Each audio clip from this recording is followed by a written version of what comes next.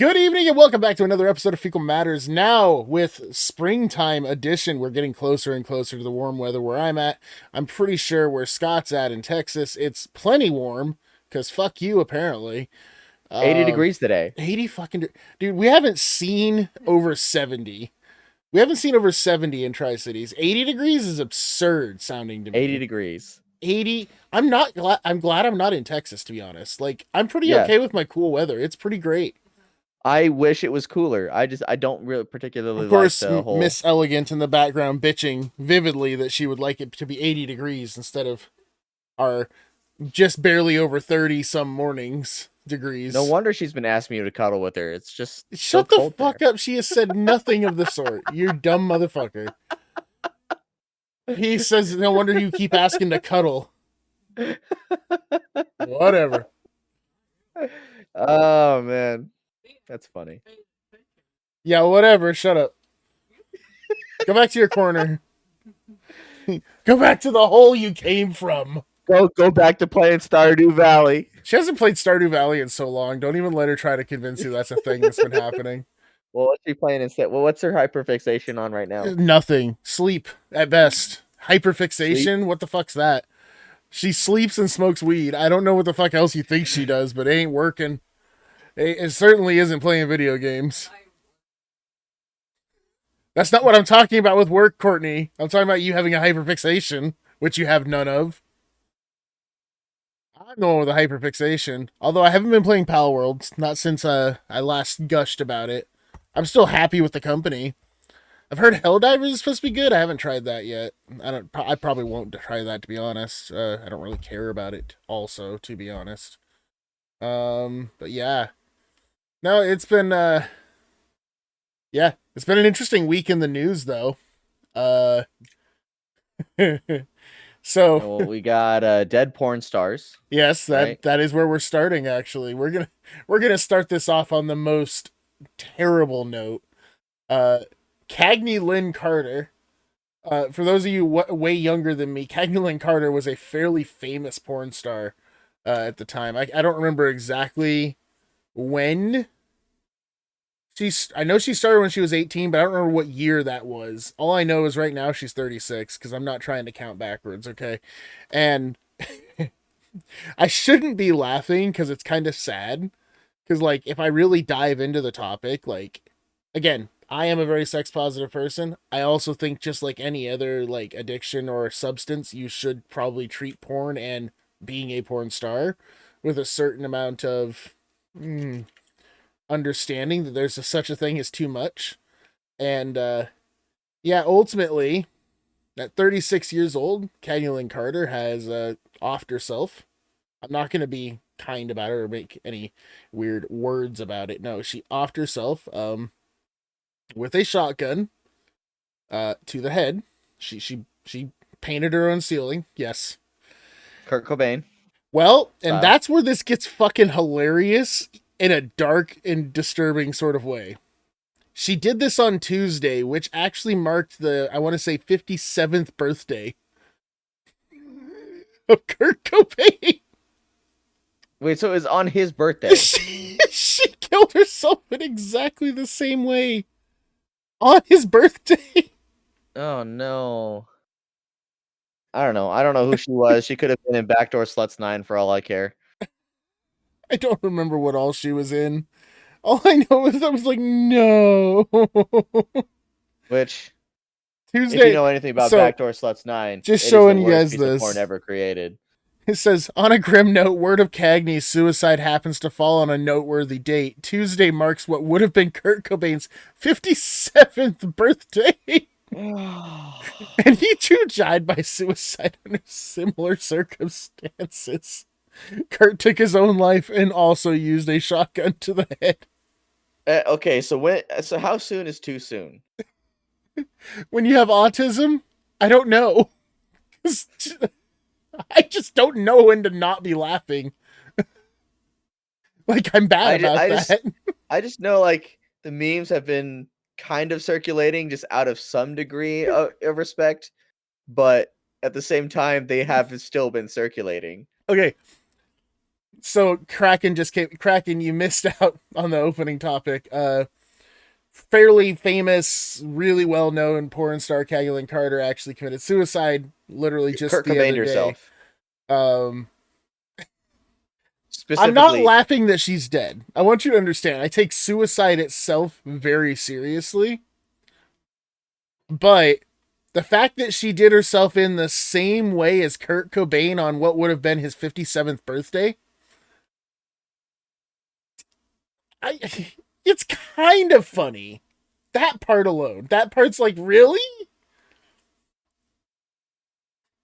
You're autistic, explain it to your audience. so She died in the same way a very famous grunge metal artist did on his birthday. yeah, have you ever seen Full Metal Jacket? Oh goddamn. Goddamn, bro. We didn't need to bring Full Metal Jacket into this. She Full probably Metal has. Jacket. Honestly, Kraken probably has never seen Full Metal Jacket. That might be. I'd say let's play We're the scene, not. but we would No. probably get banned Yeah, from that is Twitch. a level of violence that Twitch would in fact ban us for. But yeah, no, so like I'm because I have been laughing. My With your dramas with gal my gal pal. pals. I'm mute for a bit. Okay. Because I have been laughing, I want to like very emphatically say that mental health is something I focus a lot on.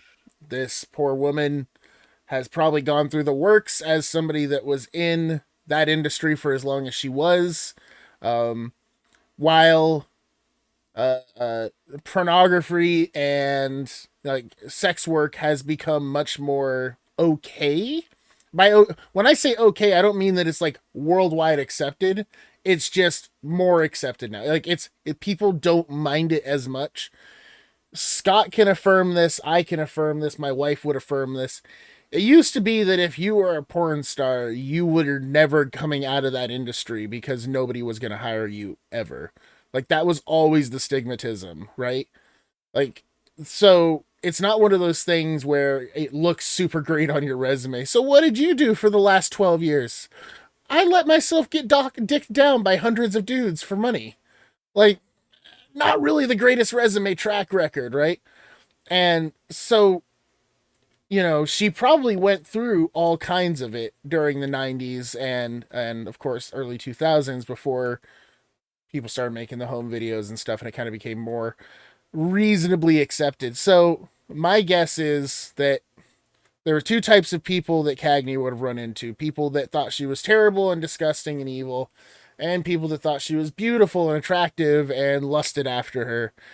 And both of those are a cocktail for disaster, mentally speaking, over many, many years. My guess is that at 36, with not very many options left to her, like, it was still pretty, not as pretty as she was. Like, this is 21024. Cagney is not looking like the Cagney we grew up with. So, yeah, she's, like I said, all laughter aside, I'm only laughing about the The peculiarity, irony. the ironic peculiarity of her doing what she did on another famous person's birthday. Because there's definitely some irony to it. But ultimately, yeah, very, very sad. Uh, my whole heart goes out to any family that she does have that would have cared in this particular case. Um, it's really sad. I haven't found the note. I don't know if the note was properly released or whatever, but that's about all I have to say about that. Yeah, dark. On brighter notes, Scott had a date that may have been successful. Yeah, I had a very wholesome date You had today. a It's whole. I thought it was yesterday. no, it's today. Yes, well, yesterday I was flying home from San Francisco and stopped in Denver and What was in uh San Francisco? oh, my cousin got married. That's why we had to Which push the cousin? podcast. One of the cousins that I don't really talk to all that much, but she sent me a wedding invitation anyway. So, Okay, you're gonna so tell I me. got a wide sprawling family, okay? There's a lot of family I have. Okay, but I now have I have a lot bone to of pick with cousins. you. I thought your date was yesterday, And the reason No, I thought your date was yesterday is because I felt like that was one of the only things in the world that would ever have you not have me putting my podcast up on the correct fucking day of the week. no. The reason why I couldn't do the podcast yesterday is because my delay over in Denver.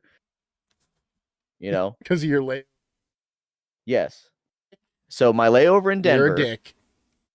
Look, I'm just saying I got on a plane around about 8:39 Okay, p.m., but which hear is me when I out. would have been on the podcast. But hear me out. We do this every week. Yeah, no, that's why I told you last week, hey, we got to delay the podcast by a day or so. Because I'm going to be flying home during that time. You're a Jeez, dick. David, it's like you don't even listen to me. I do, but hear me out. I know you love to tune me out and everything, but like, come on. You're the one that tunes me out, you son of a bitch. We tune each other out. Whenever I just keep going, just talking. It depends on what you're talking about. Like, when's it as gonna soon as you shut? get on fucking Warframe, I'm just like, let's think about anything else. Because Warframe's fucking boring. It's not like I do it on I purpose. My brain just kind of just goes, and it all drifts away. but in any case, I went to San Francisco this weekend. I left on Friday, came back last night, and so I wasn't able to do the podcast yesterday. So I said, yeah, let's move it to today, and that's why I confirmed with you. Curb So says, fuck you, Tenno. First of all, you're going to have to explain Tenno, because I actually don't know what you're talking about. it's the warrior race that controls the warframes. Oh! Yep, gonna go on with my life now. Oh. It's like, okay, so warframes are basically Gundam suits, except you occupy them with your spirit and not with that's what it is. I'm doing the short version. Scott, I was way more excited when we were talking about your shitty wedding for a cousin you barely know. Let's talk about your date. That seems actually significant. So it was a nice wholesome date. Girl from church. Okay. She's in her residency right now. Good. So, studying medicine. Mm-hmm. We went and fed the ducks. And then we took a walk around Trinity Park. And then we sat down for a little bit and, we hung out for about 2 hours. And what'd you talk about? Talked about her career, talked about, my career, what we want from dating, that kind of stuff. So what does she want? Huh? So what does she want? She wants to find a nice guy that's going to support her in her medical career. Okay. So does she want kids? Yes. Then she can't want a medical career, because that's literally not possible. Unless you're just going to be a stay-at-home dad. I mean, I could just be the wiener slinger at night, and then she just goes and delivers babies during the day. There's a double entendre there that I'm still trying to adapt. Entendre. Because like I give people you're trying to make her, she delivers the babies. You're trying to make her have babies and deliver babies. Also, you're trying to sling wiener in public to strangers while she's having babies. I'm just saying, I sling the wiener in public, and she delivers the babies. Scott being a sod? What is sod? Stay-at-home dad. Oh, okay. Why is everything fucking abbreviated? Can everybody just fucking type like normal people again? I'm old and crotchety now. Thank you. Anyways, a sod. A sod. See, the N stands for no. I'm gonna hurt you. Gonna hurt you. It's gonna happen. You're a son of a bitch. So we went to RadCon this last weekend, actually. Yep. Yeah, we finally went. Courtney convinced me to go. I almost didn't even want to go, but I was like, fuck this, we're gonna go. And I dragged along Seth. And as much as I love Seth, he's such a baby sometimes. I wanted to smack him over the head so often throughout con.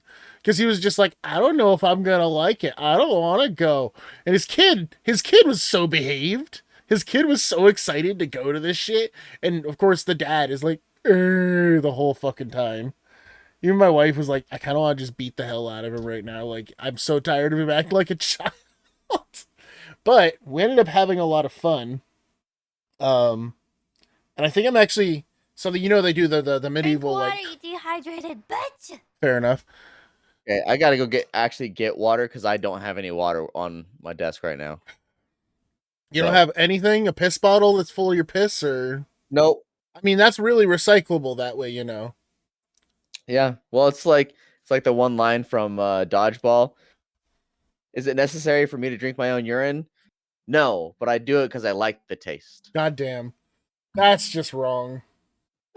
All right, That's let me that's go just get some wrong. water. You go ahead and entertain these heathens for a little Well, bit. it's supposed to be a talk show, and some dumb bitch is walking away from his computer. So hurry the fuck up. But I'm just saying, I gotta get water. Less talky, more Kraken. walkie. Okay, chill out, Fucker. piece of shit. I really got to get merch out though, guys. Like, I actually got to start doing that. And I'm planning to start a second podcast. I don't know if Scott's going to be co-hosting on that one. I'm not sure yet. For those of you that have been here for a while, you'll probably remember Chucky, or maybe he went by Sin or something like that. He was the one that was really here during my Jump Force days, and he's like real big into anime stuff now.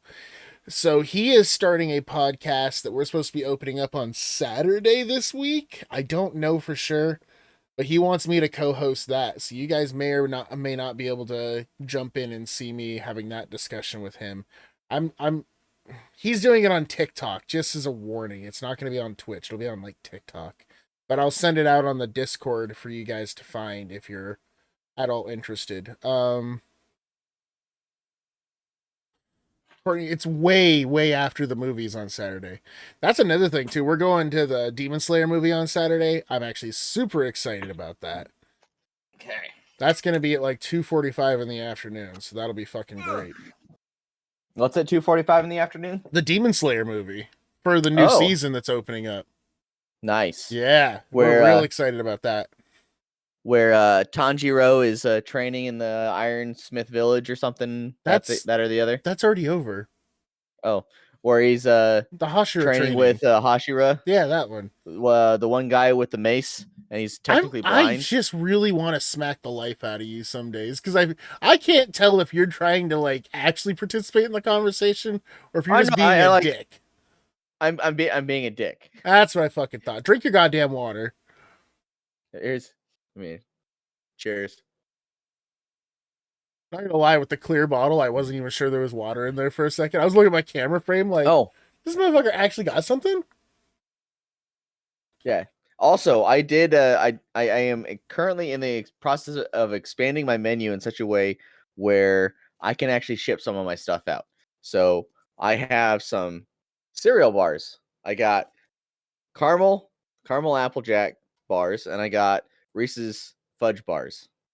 So these are major like cavity bars. It'll give you cavities. First of all, you need to get a shrink wrapper if you're gonna do something like that.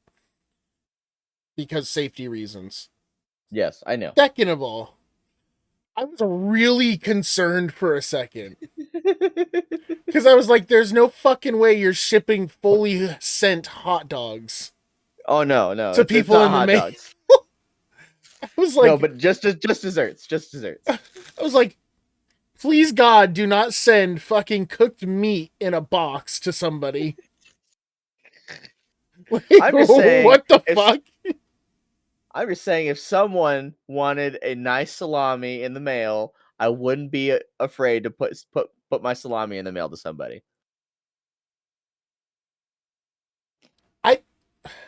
I don't even know how we get to some of the places we get to with you. I really don't.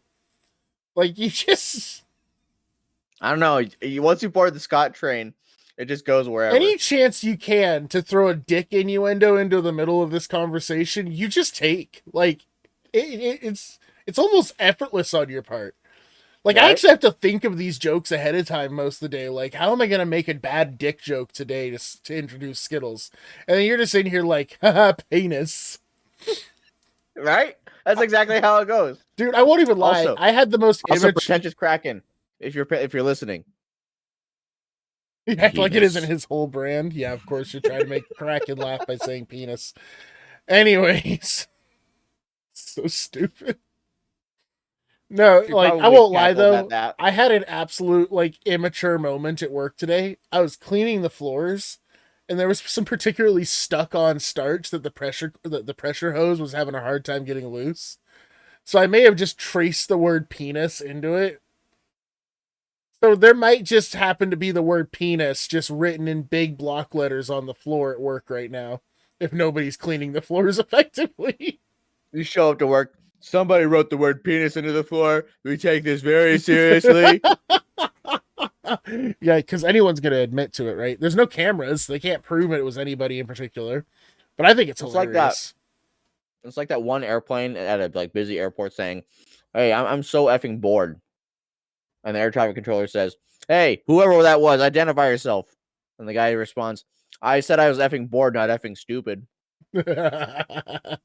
For sure. But yeah.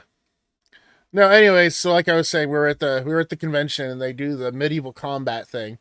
And turns out that that's done like every Sunday in Howard Amen. So I might actually Oh, start LARPing. going to, yeah, all the LARP stuff. I might start going to that and seeing what it costs to really get it going. Because apparently I could probably make a cheap enough leather armor set for like under $400. And that'd be kind of cool. Mm-hmm. They'll teach you how to make stuff and all that. They'll teach you where to get stuff and yeah. So might be something I could do to maybe like work on my muscle structure and also my fat ass. You know, definitely need to work on my fat ass. Oh, dude, I'm down in March. I'm so sad. I was kind of looking forward to going to work, and now I'm kind of trying to like, convince myself I'm looking forward to not going to work for a whole month.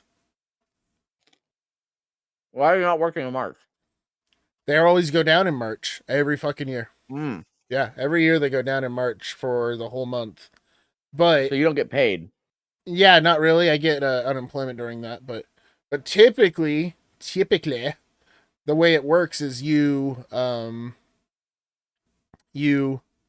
sign up for different jobs. Well, I signed up for the job I usually would work in March, but because we were down like 3 months last year, you got to think about that. A quarter of the year we were not working, so Yeah. everybody signed up this time. Like just about everybody that normally would sign up for the extra work signed up for the extra work, and there's nothing available, man. There's no work to be taken. And on top of that, they took like less than half of what they took last year for maintenance help, which is where I usually would be working. So I'm just kind of fucked. It's like, oh, well, okay. But a friend of mine's coming to town, so we'll make the best use of that, and I'll visit with some other people I haven't gotten to check in with since I've been here. It should be fun. We'll make use of it. I'm just a little disappointed because normally, normally it's like a $5,000 month for me, 5-6,000. Yeah. It's one of my biggest earning months because it's 60 hours a week. So little sad. But Well, that means we can focus a lot on the podcast. it does. It also means that I'm actually gonna take the time to edit all the videos and get all the shorts out that I keep saying I'm gonna do, but I keep being on 12-hour shifts on a regular basis and being dead fucking tired. So Well, actually, I'm gonna stop doing Mondays. I'm just gonna do Wednesday through Saturday. So I'm gonna have Sunday, Monday, Tuesday. just Mondays aren't working for you or what? Wasn't making money. Yeah. It just hasn't been good. Yeah, Mondays tend to be like that, man. People tend to, So be back to work, focusing on what they're doing and all that. Just how it goes sometimes. the soccer tournaments are starting back up at the beginning of March. So that's gonna be fun. Yeah. So then, yeah. Let's see. So what is it? What is this here? Talking about how you're not nearly as happy as when you were a teenager.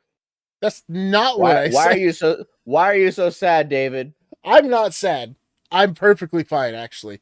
What I'm actually talking about in that particular keynote is I just feel like, and maybe you can, maybe you can even expound on this topic with me, but like, I just feel like kids these days, like younger people, I should say, not necessarily children, and them too, though.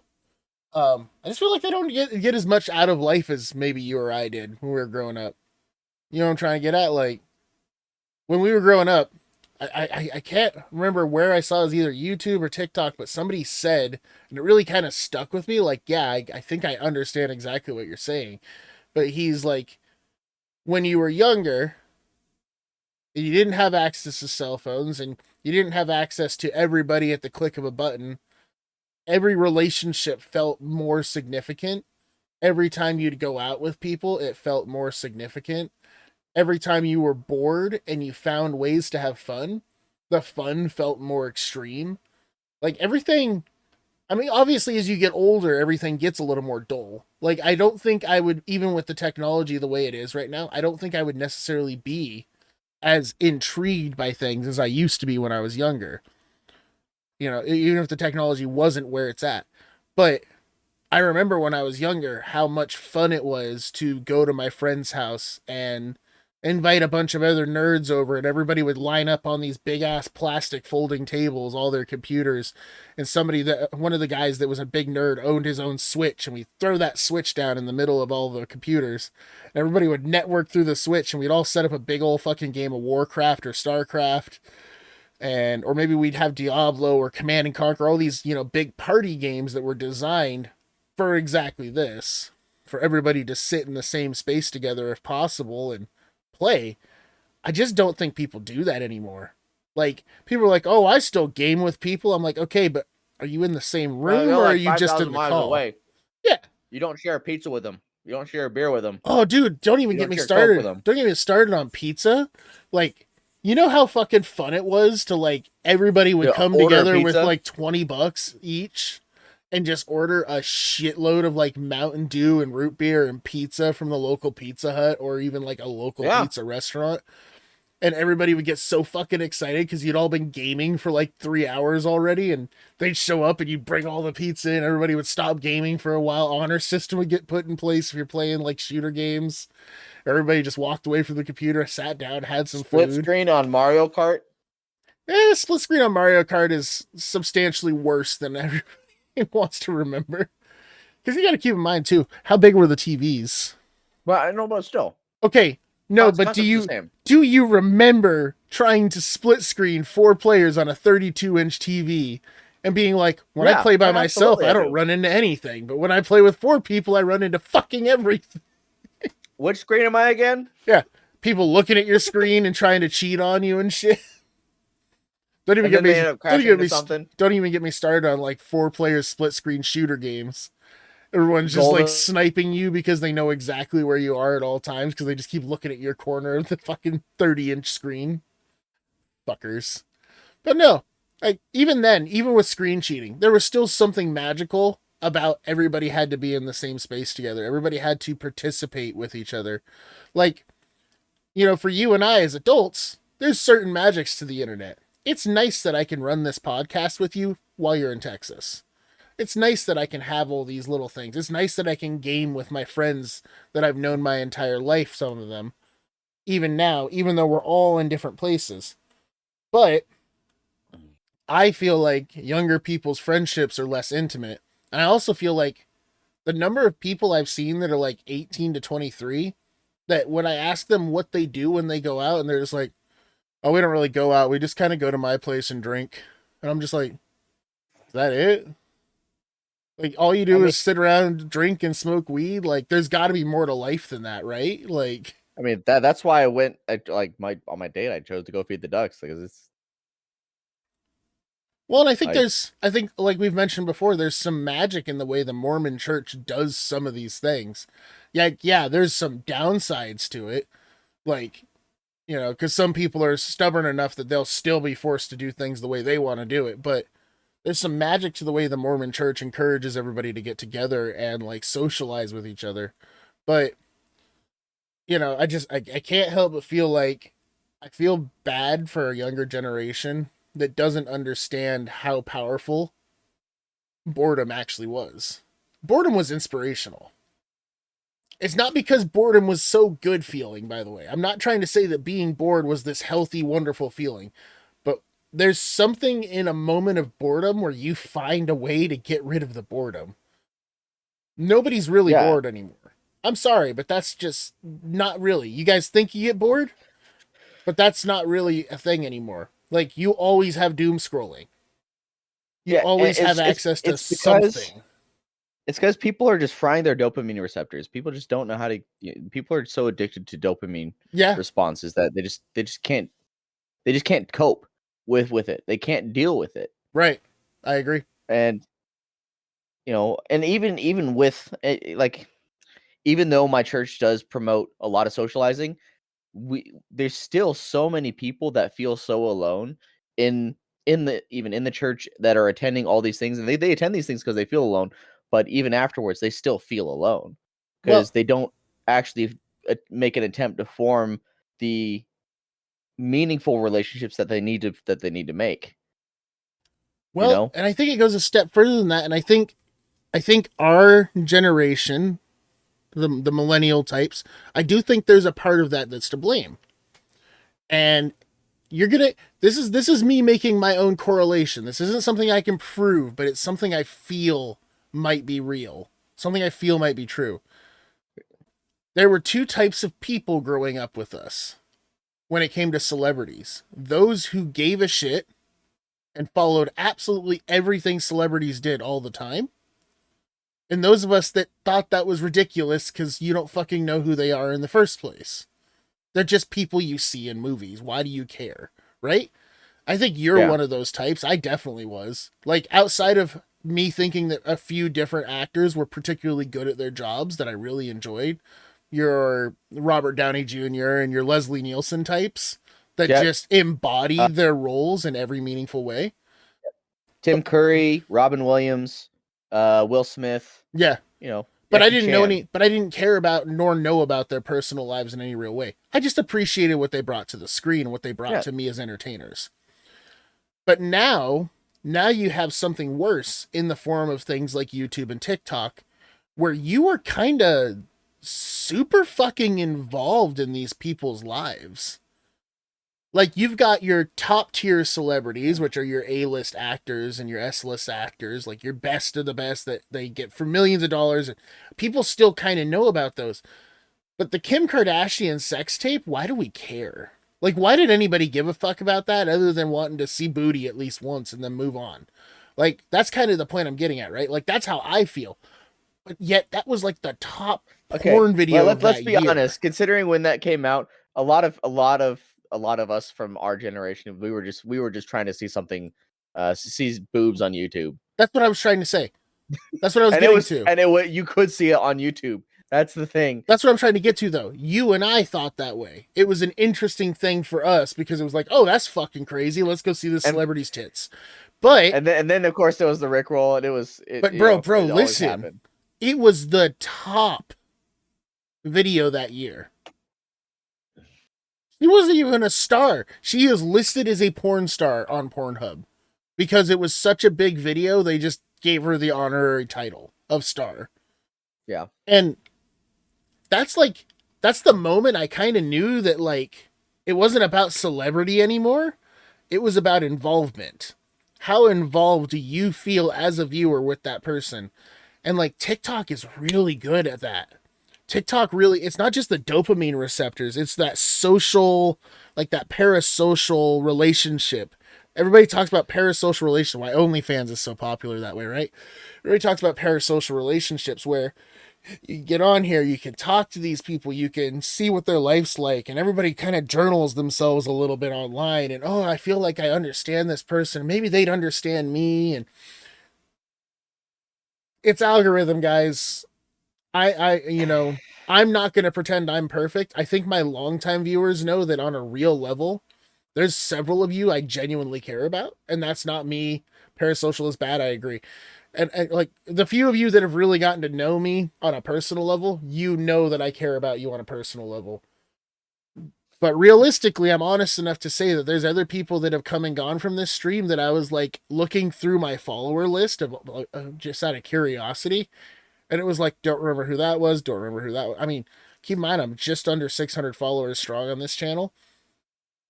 I don't know everybody. There's plenty of them that have talked to me too. There's plenty of them that I remember fleeting little moments of interesting tidbits they've added to the channel with conversation. Social media. man. Social media. You guys are more likely to remember us than we are to remember you, and that should be okay. You don't expect the news guy to remember you either. Yeah, I think people inherently want to. I think TikTok is promoting this illusion that you can be famous and you can be, if not famous, but be interacting with the like, be on the level of the famous by them actually knowing who you are. I think I understand where you're trying to go with this, and I'd like to, if you don't mind, if I help elaborate a little bit. But I guess the point that I was like, I think one of the reasons why I wanted to make this point, and then I'll let you elaborate on what. Go. But I think one of the reasons why I am so repulsed by, because it really it is. I am repulsed by Twitch and TikTok and these live streams. I don't like watching live streams. I don't like interacting with the live streams. I like the short informational content, Right. you know. Okay.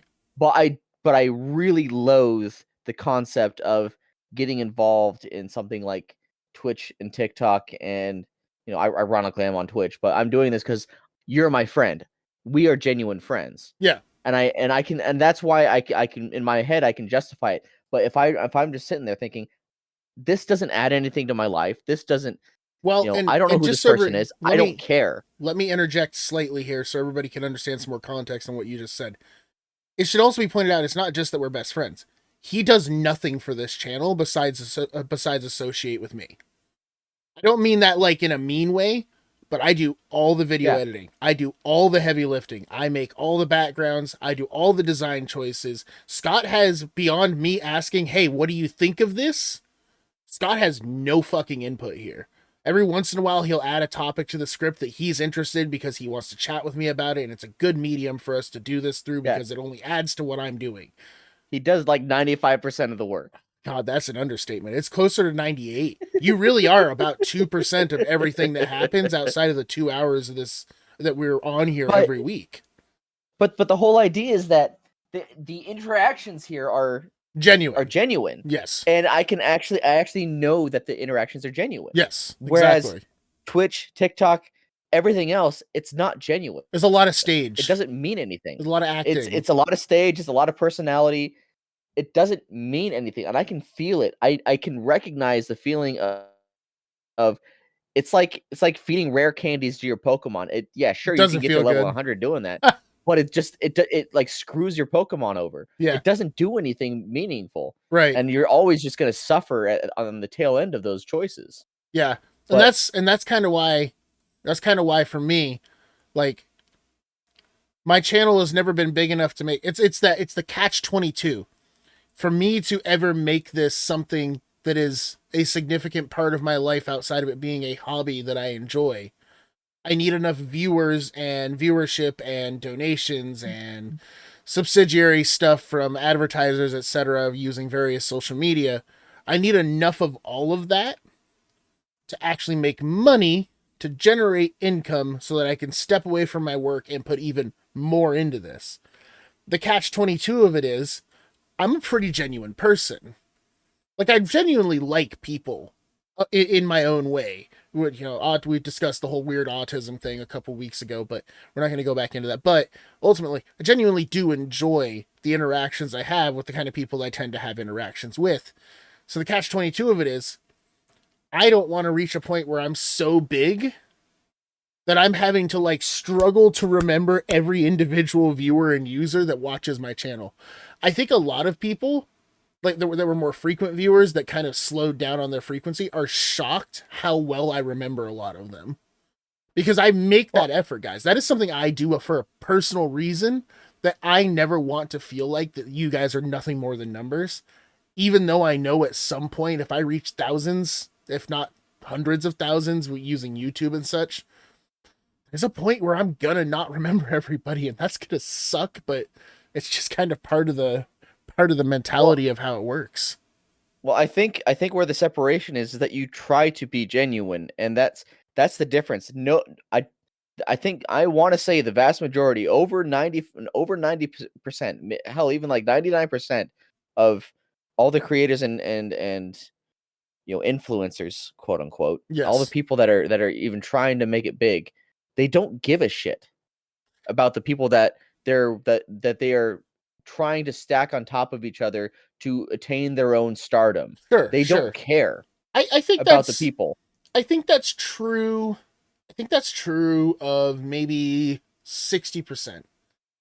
And the other I don't know. 40%, and the other 40% are like me and will probably never truly achieve anything because they don't know how to blanket people together the way they should. I think I don't know. most For people me, go into this medium with a real good intention in mind. I just don't know that they yeah. can stay there. Well, I think people go into it with a good intention. Like after you cross a certain point, most people, it's just like how most people after receiving a certain income, their happiness just drops, Right. right? There are certainly people that hold, enormous swaths of wealth that are genuinely happy, but it becomes harder and harder as you gain more. Mm-hmm. Because if you're doing it for the wrong reason, if you're gaining that money for the wrong reason, you're not going to be happy. Yeah. You can't go into medicine without the desire to help people. You Right, right, can't go in right. it for just the money. It's the same thing with you know these attempt to be popular. A lot of people start off trying to be genuine and then they lose themselves. Yep. And even with me selling hot dogs, there are some people there are some um regulars that I get. I don't remember all of their names, but I recognize them and I know who they are. And I just try to make all my interactions genuine with every single person that comes across my stand and tries to, that and gets food from me Yeah. because they're putting food on my table. Yep. They're paying for my lifestyle and I'm extraordinarily grateful for that. Yeah. And but I can just tell though that everything is just fake and gay. Yeah. Weird choice of words. Okay. But it's like Austin. It's just fake and gay. Austin, Texas. Yeah, Yep. I've heard it's weird down there. I haven't obviously It been gets there, but I've heard it's weird down there.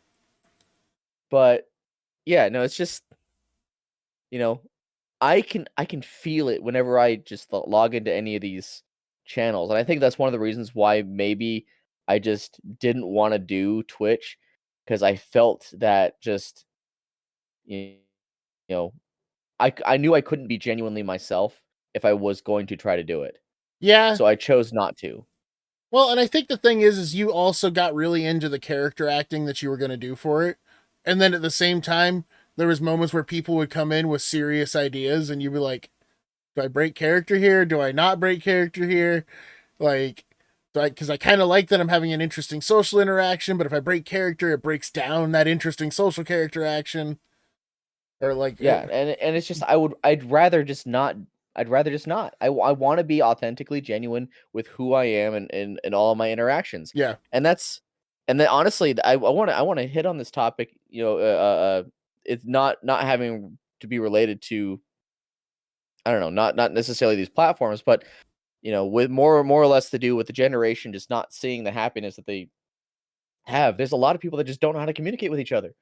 And it's just there's a guy I met up with a guy from my men's group in San Francisco on Sunday, yeah, and you know we went out and so we did our check-in, and one of the things that he struggles with is just like talking to people. yeah, Specifically, like, yeah, sure, the goal is like try to talk to women and try to date, try to find people to date.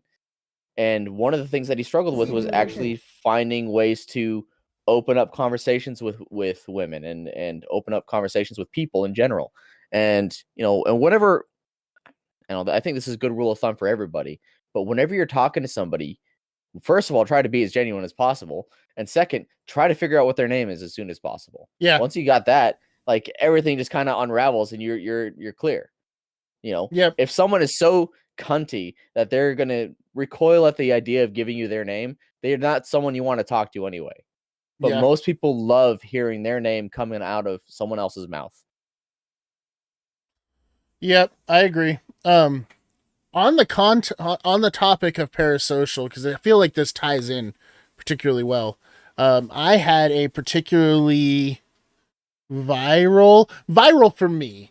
Mind you, I've been on the internet for years. I don't use a lot of social media, and like I mentioned last week, I've been kind of, or a couple weeks ago, I guess, I've been kind of delving into X, or Twitter as it was formerly known. And it's more cellular than viral. Let's say cellular. I mean, sure. I mean, it's the Well, most. let's coin a new term, David. It's cellular. I mean, 177,000 views. So it's sub-viral. It was a pretty. I'd say that's fairly viral. I wouldn't say it's super viral, but it's fairly viral. I still think personally, I technically kind of got ratioed, but not really in a bad way. Viral. But speaking of like parasocial shit, something that has been bothering me for a few years, I think it bothers most people. I think this isn't like the first time somebody said something about it, but it's definitely the first time I've been involved in the conversation in a serious fashion, is I get really sick of people like kind of playing it up like they have like serious mental illnesses.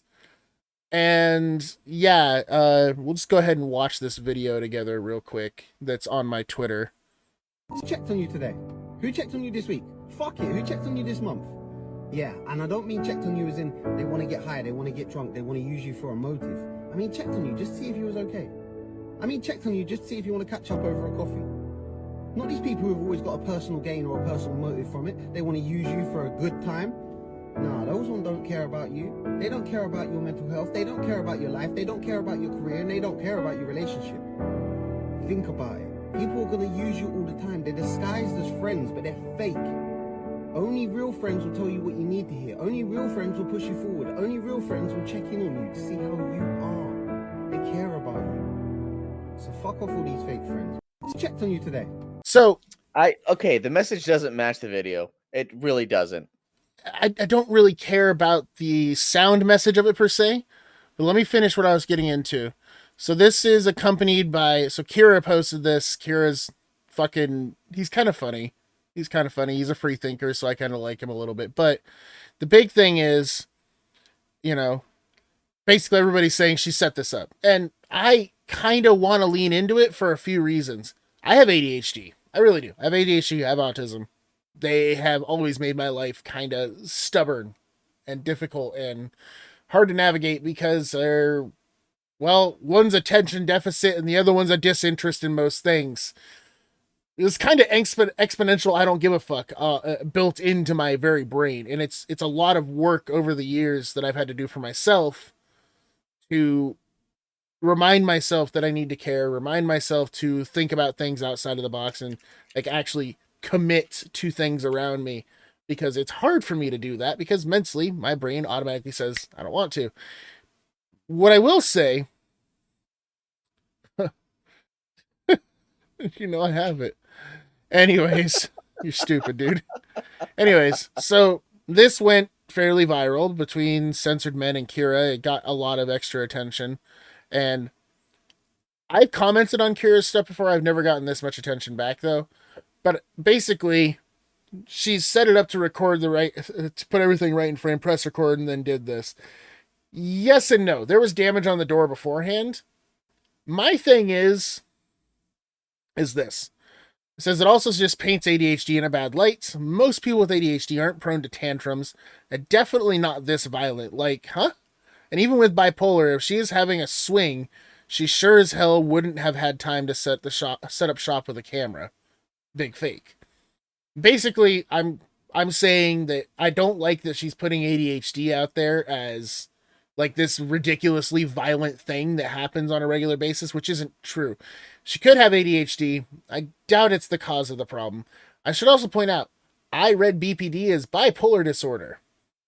That is apparently incorrect, which I get told in the comments, and that's fine. I'm always willing to secede when I'm incorrect about something. But it did lead to us talking about bipolar disorder. It led to us talking about ADHD. And it led to us talking about what BPD actually is, which is borderline personality disorder, which means basically personality shifts and swings.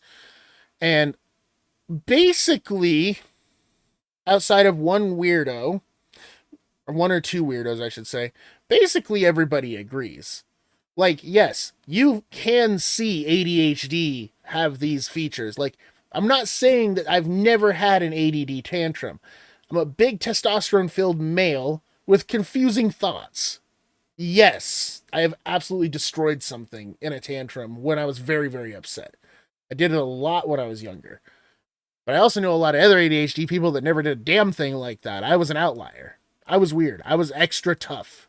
I was extra hard to raise. And who's to say it was the ADHD and not the autism, right? Like, the problem is that it really put ADHD in this kind of ugly light that didn't really make sense in context of what she was kind of trying to blame everything on. And it wasn't fair to people with like ADHD that go through every day knowing that they have the issues, knowing that they have a hard time focusing and making the best effort to put their foot forward. Because I feel like with as big of an audience as some of these people get, these parasocial parasites, let's call them, a lot of them are getting unnecessary attention to the wrong things and in the wrong ways. Like, it's not fair. It's not fair to go out and publicize ADHD as being this thing where it's like, he's a loose cannon. He could go off any moment and destroy shit all across the house. That's not true. That's not normal. Yes, it does happen. That does not make it the norm. And that's where I kind of really drew the line. And apparently, 3.4 thousand people kind of agreed with 29 comments, 87 reposts, and 25 people bookmarking this as something to obviously reflect back on again. Yeah, it was definitely something that led to, I mean, my notifications didn't stop for days, like 3 days in a row. I still get notifications from this post.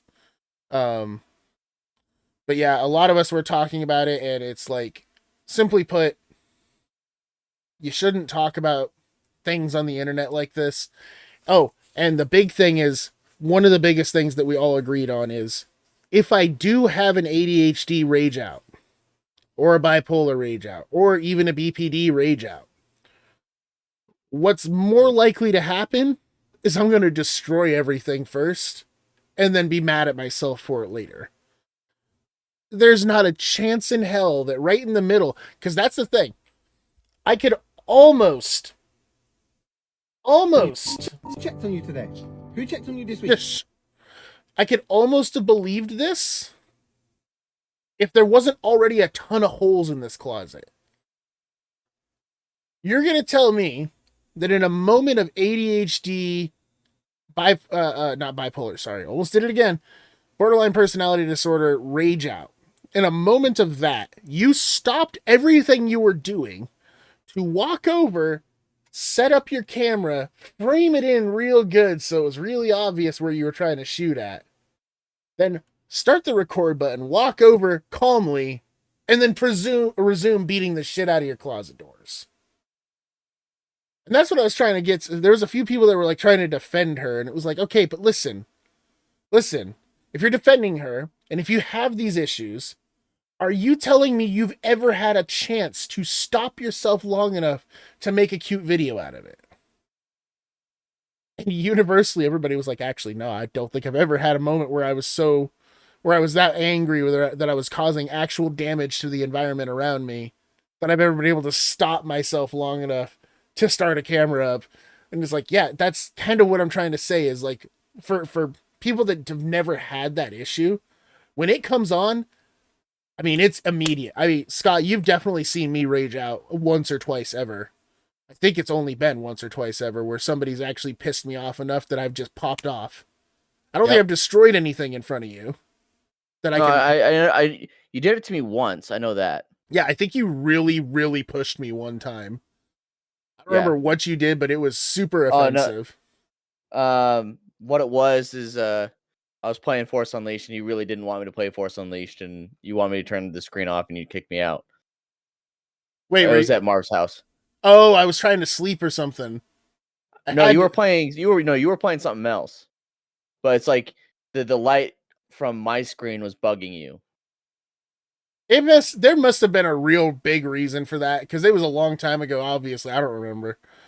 But yeah, like I said, it's just one of those things. It's not some, and even that's a perfect example. As much as I don't love it, uh, but it's a perfect example.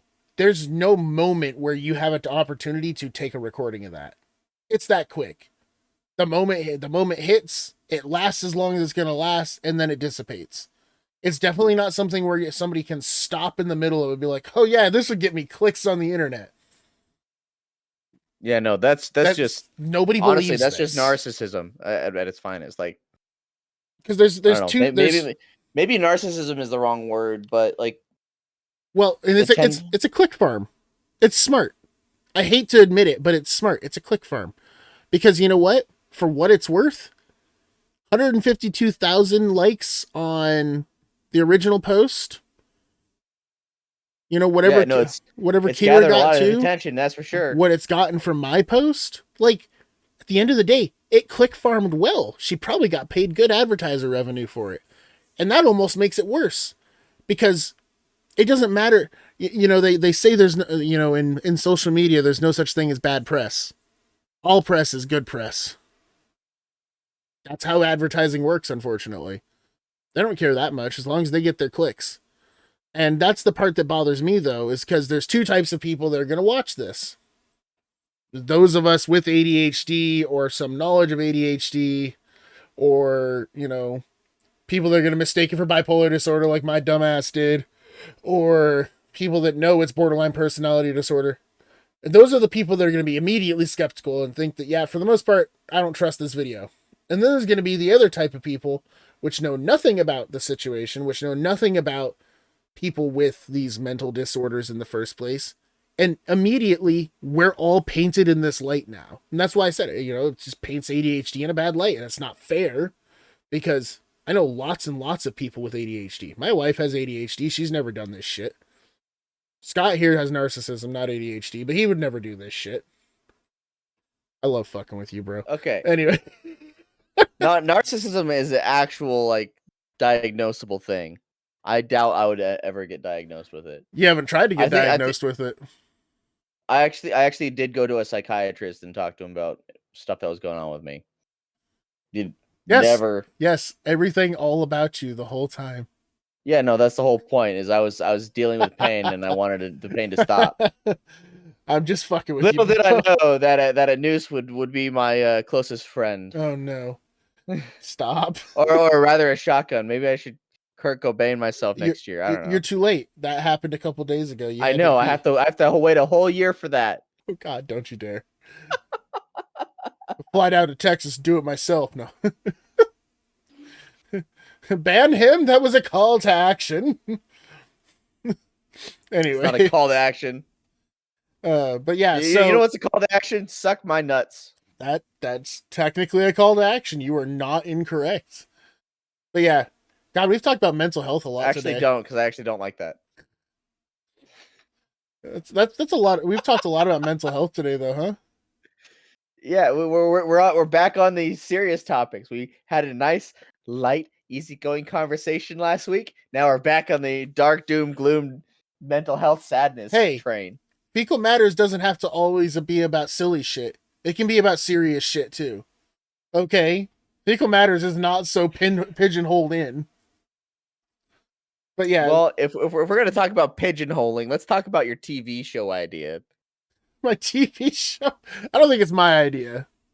Well, it's not your idea. I'm pretty sure I but saw you it put on a but you tweet at put it- some point. Yeah, no. Well, I mean, I've seen it before too, but you know, we can still discuss the hilarity of the whole idea. It's so stupid.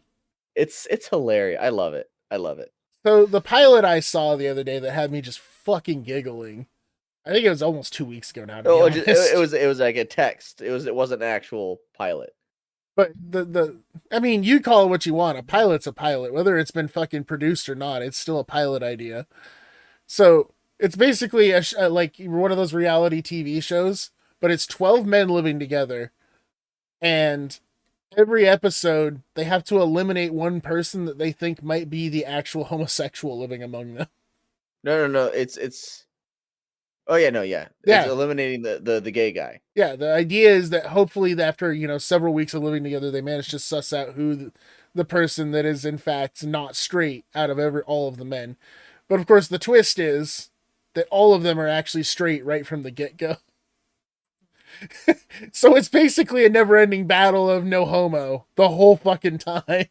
Or no, actually, I thought it was like get rid of the straight guy, where you say that all of them, like everyone goes into it thinking that that everyone else is gay.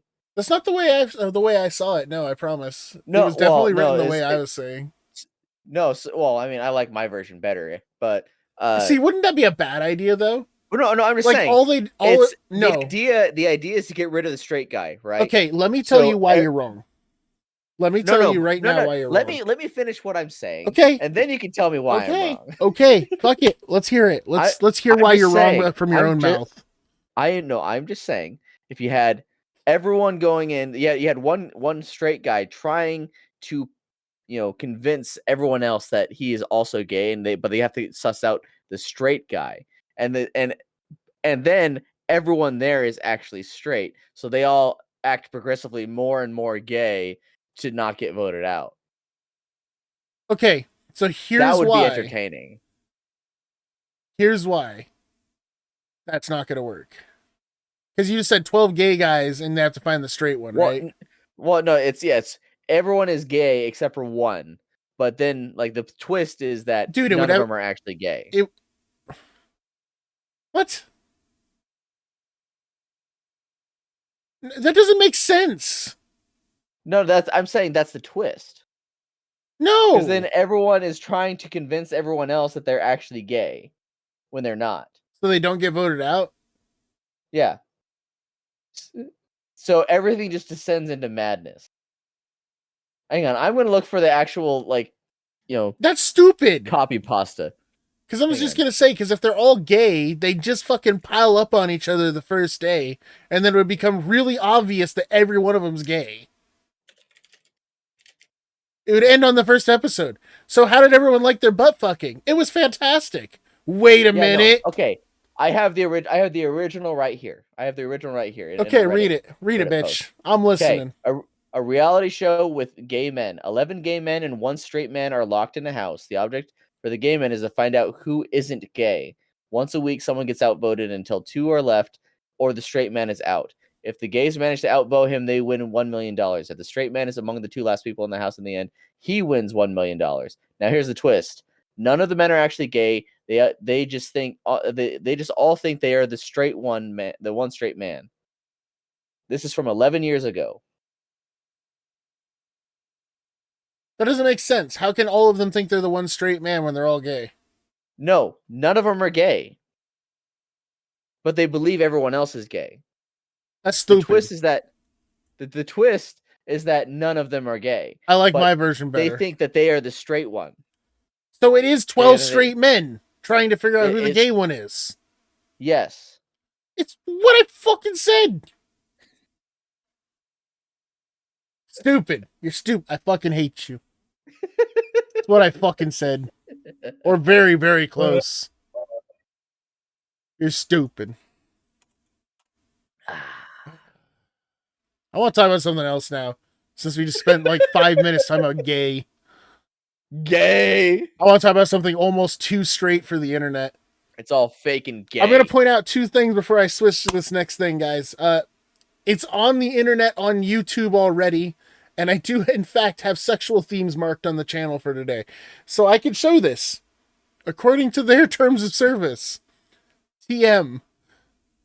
We're going to talk about the fact that Belle Delphine constantly reappears on the internet with long lost time between every single time she reappears. And this is her most recent advertising on YouTube. I can't find it. It doesn't seem to be on any of these stations. Keep looking. Oh, you're going too slow. Let me take the wheel. It's too fast. How could you even tell what's on? I can tell. Fucking Belle Delphine, bro. By the way, the $35 is her actual OnlyFans subscription cost. I don't want to play with you anymore.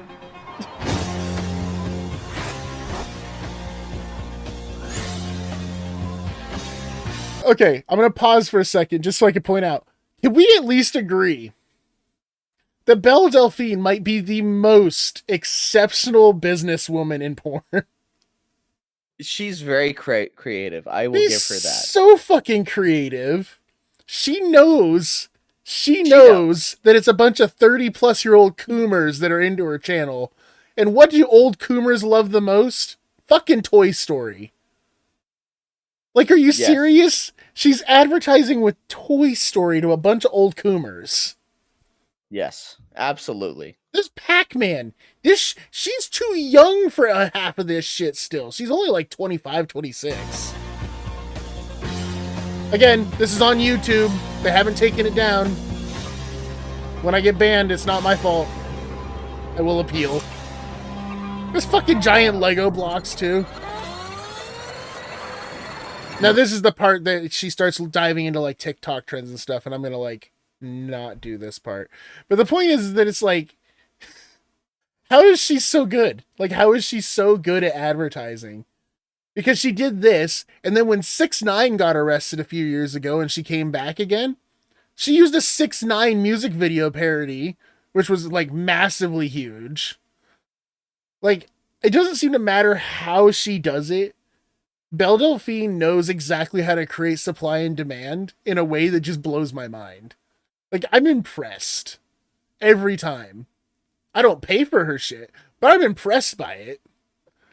Because, like, the amount of effort she had to go to actually make this whole room for Toy Story stuff. Got fucking I'm Woody sure dolls she hired and Polaroid somebody to cameras.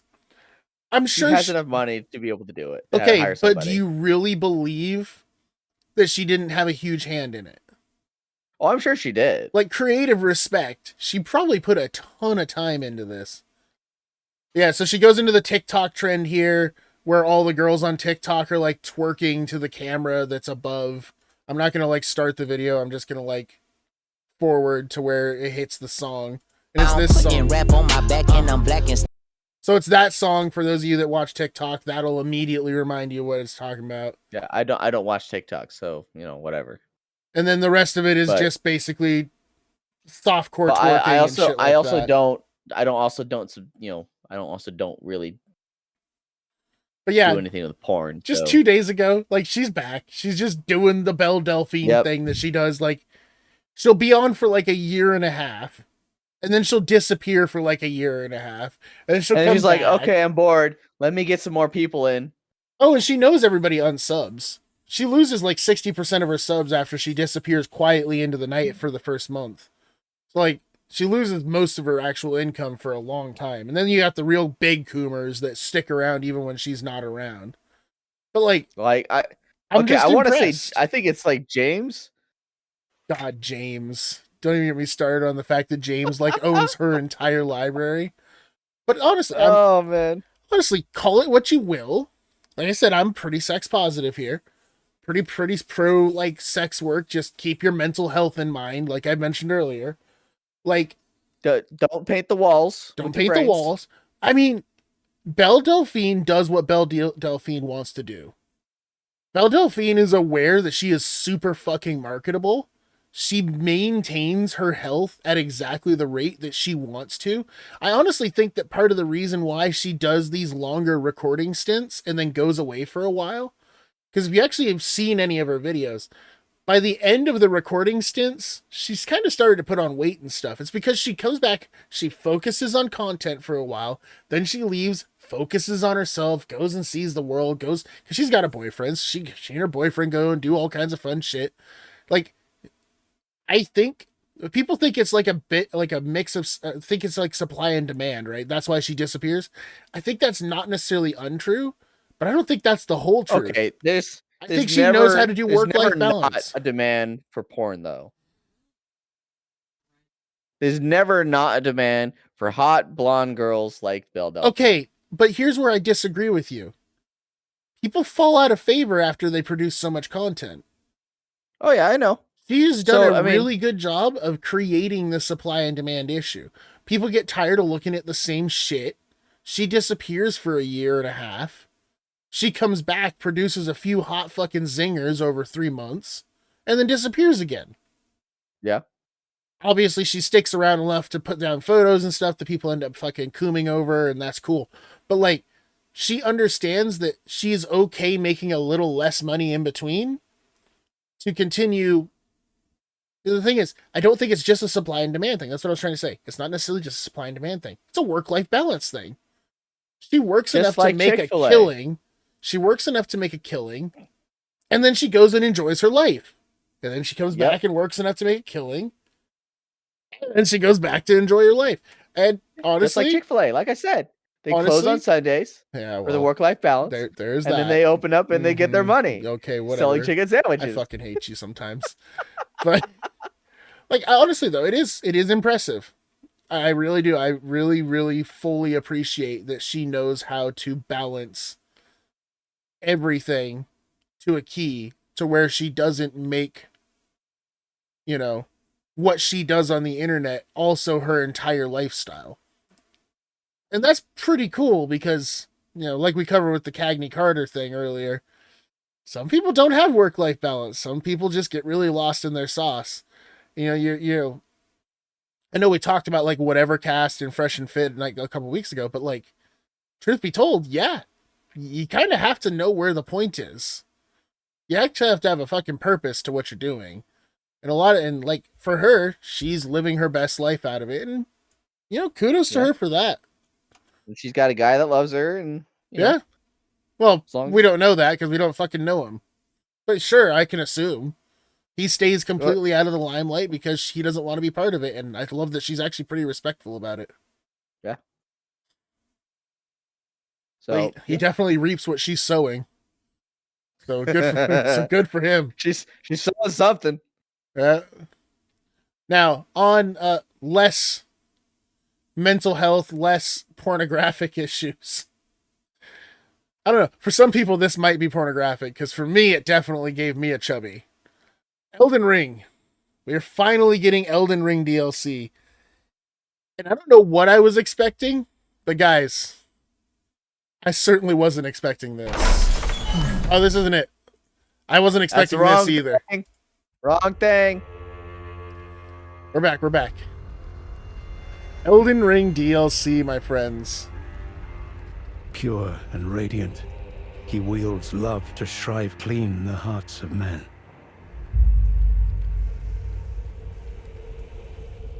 I want to point out that it looks like they There is graphically nothing more updated it terrifying. just a little bit with the DLC. The game was already okay looking in the first place, but this looks so much smoother than it did.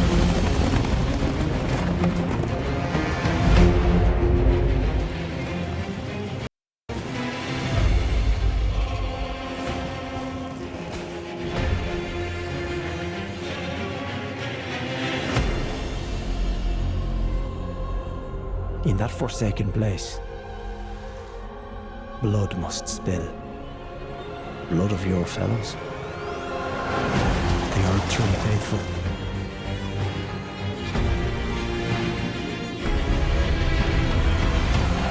They were never saints. They just happened to be on the losing side of a war.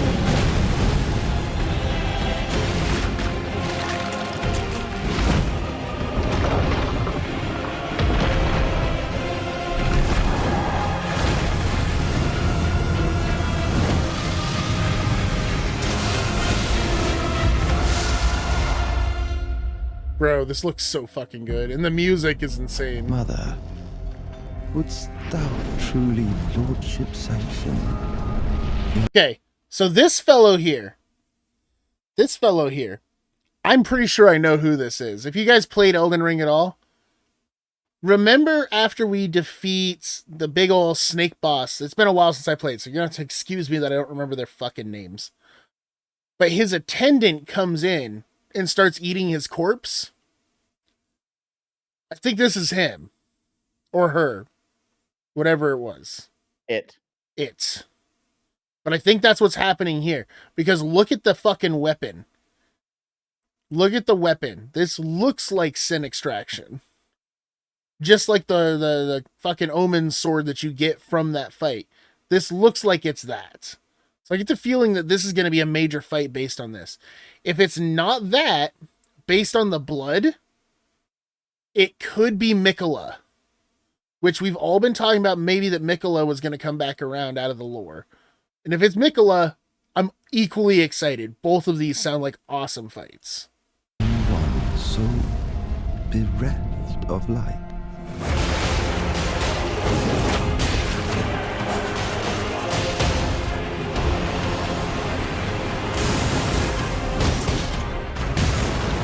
Okay, that we've got to talk about too.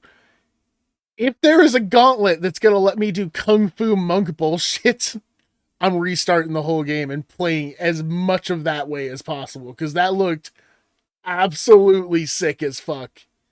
Like, that was some top tier fucking fighting style there with the fucking flying, like, Raijin bullshit he was just doing. I presume you, too, are keen to know just what kind Mikola is doing here.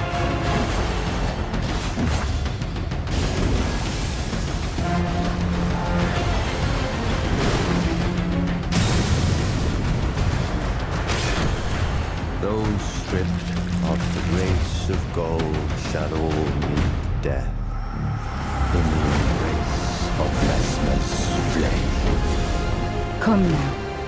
Touch the withered arm and travel to the realm of shadow. I will not be far behind. May we meet again.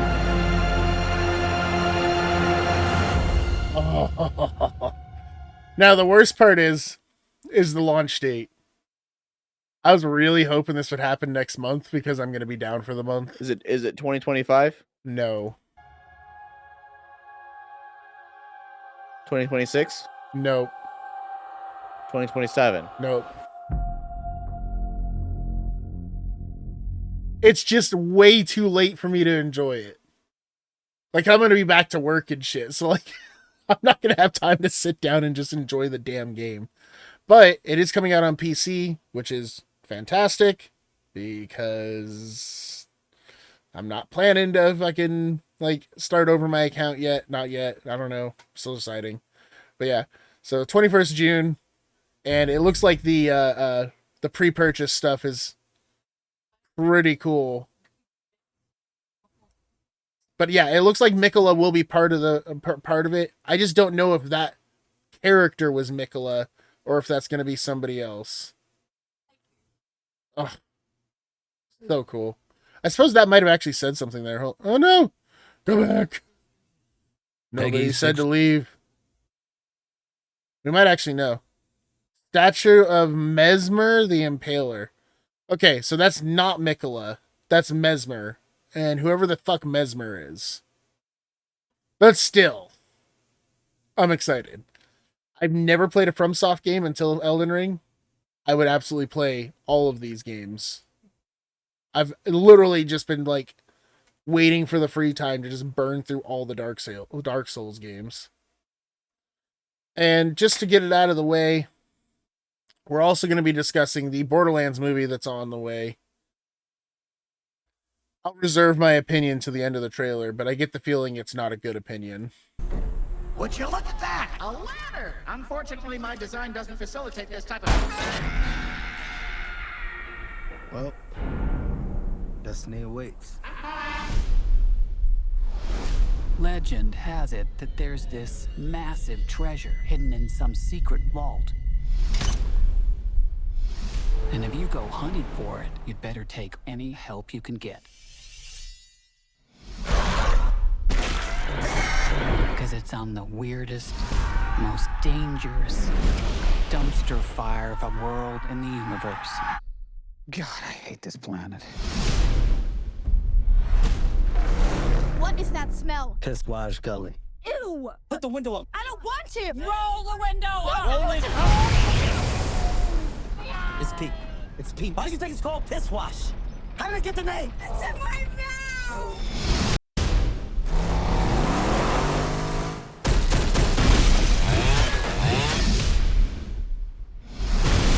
Do you know how many people have died looking for this vault? We have something they don't, baby girl. Okay. What? Major issues.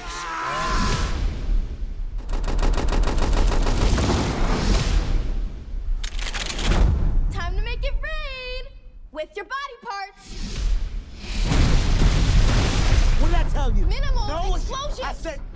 explosions. The lack of music in this trailer is spooky as shit.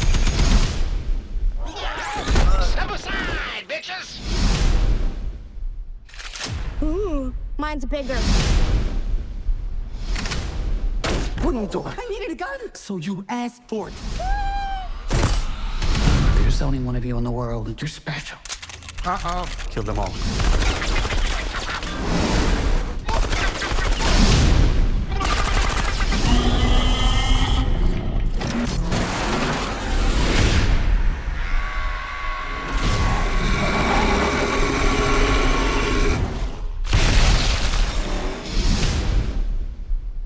So, Borderlands. Scott, I know you haven't played the Borderlands games. I know I that. played 3. You I played played 3? three. You did play 3. Yeah, I played it with you guys. Did you actually? Yes. I Really? beat it. You were a fourth player? No, I mean, I played it while you guys were also playing. I wasn't. Oh, in I your was gonna guys' say I don't remember squad. playing with you. No, I mean, I could show you it in my Steam I library. mean, got I it. believe I got. you. Yeah, no, I played the whole I played the whole game. I got a 100% completion rate on everything. Huh. But So- Borderlands, okay? So Borderlands. I want to talk about this because this is frustrating. Borderlands. First of all, like I mentioned already through that trailer. It's meant to be way more quirky than they made it out to be. Well, more than that. It's so much more than that. Like First, well, I mean, yes, there's more than that, but like the environment doesn't match up. The way that everyone is too serious when it comes to all the bad guys. Yeah, yes. there's like a certain degree of like nonsensicalness in the team that's there. I still think they toned it down a little bit too much, but it's just feels so off. It doesn't feel like Borderlands. That and it still feels like it's a diversity kind of thing. Like they're doing diversity hires for the cast. I get that they got Kevin Hart in there. I think Kevin Hart's going to be a really good comedic effect. They got Jack Black as Claptrap, which I think is probably the best casting they could have done. I disagree. Honestly, and we'll come back to it. Well, I mean, like, I think Jack Black as Claptrap works. I think it works. It might not be the best one, but it's a good fit. Okay, so we're gonna go to what I'm trying to talk about here. First of all, Tiny Tina, universally probably one of the most popular characters ever written in any shooting game. Tiny Tina is awesome. Here's why I have a problem with the Tiny Tina they've got. This bitch exists. Hold on. Oh. I would much rather fit in and be liked. But there's something wrong with me psychologically. See, Not only does she actually kind of look fits like the personality so much better. Not only does she kind of look like Tiny Tina, she's got the impersonation down. The Jam Plan is probably one of the most famous people on TikTok. And the reason she got famous is because she was doing Tiny Tina like impersonations. And it was great. It was fucking fantastic. And I'm mad as hell that they didn't actually reach out to this person because there's no way they've never heard of her. Zero chance that Gearbox did not know about this gal when they had the licensing sent out. Second of all, you mentioned Jack Black. No! Claptrap was already an animated character with a voice actor. Why didn't they reach out and get the actual fucking voice actor to do his lines? Okay, I don't know if this is how Hollywood works. Maybe it is, maybe it's not. But I think there's like certain studios that have certain contracts where they have to give certain actors certain number of roles in I don't any care. particular period. You're gonna bomb what could have been a really cool movie by doing that. Yeah. Again, I'm not disagreeing with you. I'm not disagreeing with you at all. I'm just saying that's probably something that exists, and it makes sense that it exists. On top because of people that, want money. Well, no, even then, on top of that, why did they make her? Why did they make our siren a haggard-looking old woman? And wait, is this supposed to be I don't know. I'm just making a guess here. This Is this supposed to be taking place before or after the events of Borderlands 3? It's before. It's because it's got to be before because she dies. Yes. spoilers, but the game's been out for a while. So Yeah, I you give a don't shit. really. Yeah, I was gonna say I don't fucking care about spoilers on some shit like that. No, this is supposed to be her adventure. This is supposed to be like somewhere contextually between Borderlands 1 and 2. Contextually speaking, it's supposed to be kind of like Borderlands 1 and 2 if they got mixed together. Because Tiny Tina started in Borderlands 2. On top of that, like, the fact that these guys are all just like riding around in a car together, I don't understand it, man. That's not what the game was Tiny like. Tina is too old. Tiny Tina is too old for between Borderlands 1 and 2. Because isn't she like 8 in Borderlands 2? On top of that, who is this supposed to be? Is this supposed to be like the old grumpy dude? I don't know what the guy's name is. This is good. But these are great. This Yeah. looks awesome. This looks very Borderlands. Yep. This does not. She It should looks have like been a haggard old woman that's about to tilt over at any point in Yeah, time. it should have, and I don't mean this to be like weird, but it should have been a younger, more attractive person playing our siren. Because that's what she looks like. Yo, let me put it this way. Borderlands 2. Yeah, Borderlands 2 characters. I swear I can fucking type. So there it is. There's Lilith. Lilith, 27 years old. You can't tell me that she looks 27 in the preview. Well, it's not even just tell that. me that. Look at her as a character.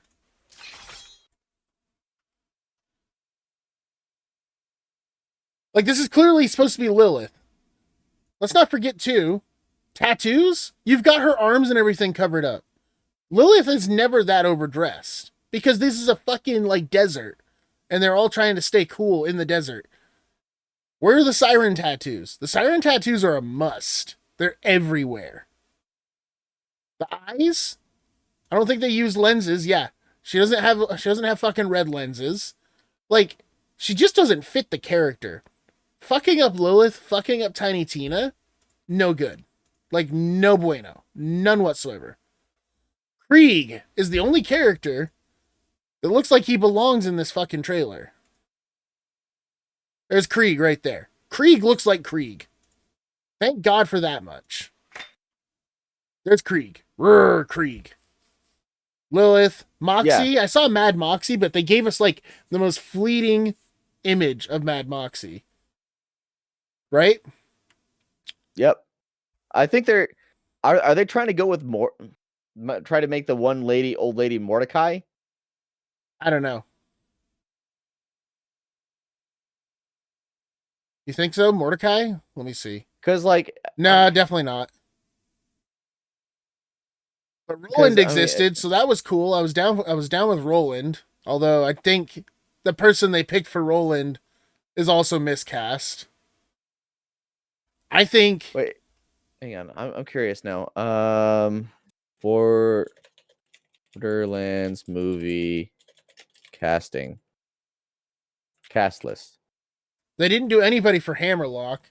I don't know, man. It just looks like a mess. It looks bad. On top of that, so it's Dr. Tannis. Is who she's supposed to be. Tannis. Okay. Okay, I can live with that, actually. I can live with that being Tannis. Kevin Hart's supposed to be Roland? Yep. I think Roland was a miscast. I really do. Isn't Roland is a... if I'm wrong. Isn't Roland is white? No, Roland is black, and he is a total badass. Oh. No. Oh, yeah, this is Roland right here. Okay, yeah. The Rock should have been cast for Roland. Yeah, The Rock would have been great as Roland. The Rock would have been fucking fantastic. I don't know if he wanted it. Now, here's the thing. Kevin Hart should have been Mordecai. He would have fit Mordecai's character just fine. Let's see, show more. It's so disappointing looking at the casting. So we got this. Yeah, no, you want to see the casting? Sure, Facebook it. Here. Yeah, this is the cast list from my Google search here. Assuming this will actually just There we go.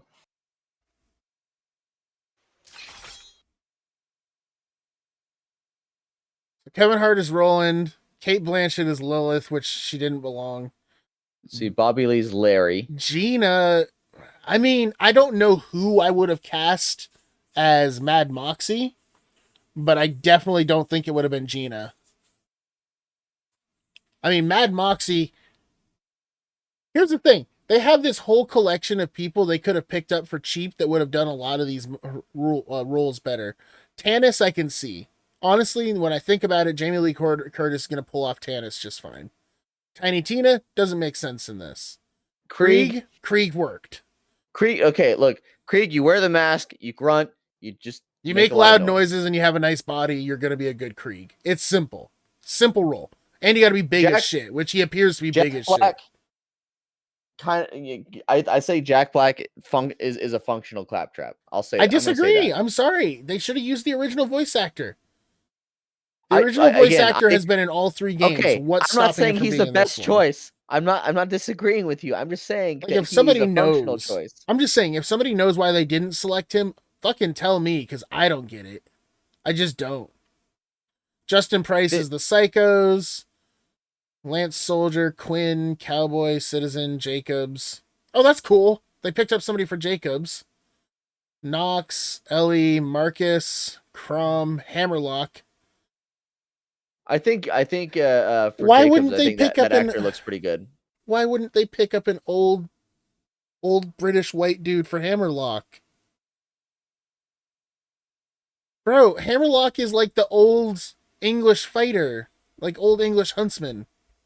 With the fucking leg and everything, yeah? This is Hammerlock right here. Hold on. Sir Hammerlock. Like, he's a grizzled, tanned Britishman. And they just decided to make him black. Like, got Atlas here, that's whatever, Crom. But, like, who's the enemy? If this is the list, who's the enemy? Are they not going to do handsome?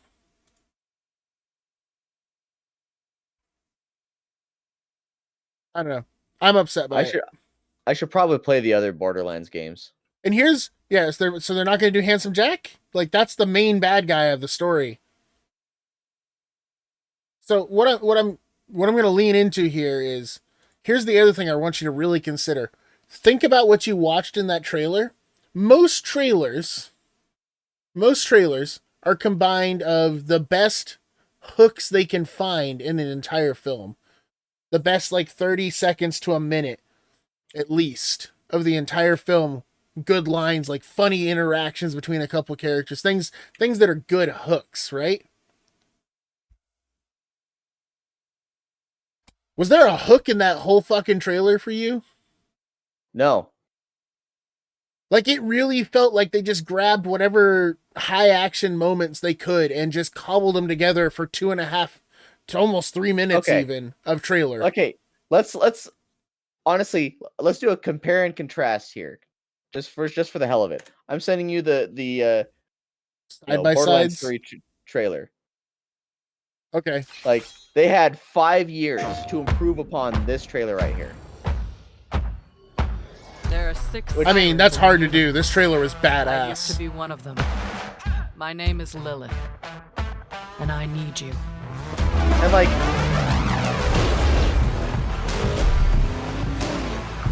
everyone has their own car.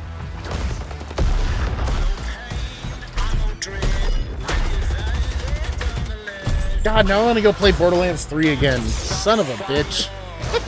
This game was so damn good.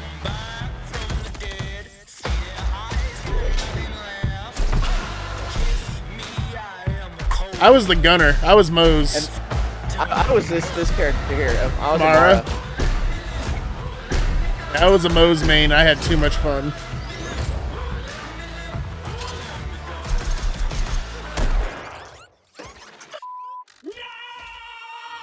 See, how can you say that that's not the best fucking voice? Look, I didn't say that. You keep twisting what I'm saying. I don't see how Jack Black can even be passable by comparison. Psycho cult. 10 billion followers demand we join or die. We've got another proposal for them.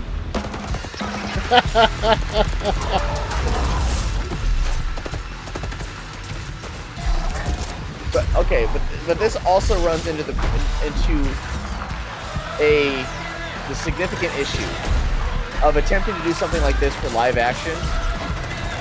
You can never match animated. I disagree. For live action.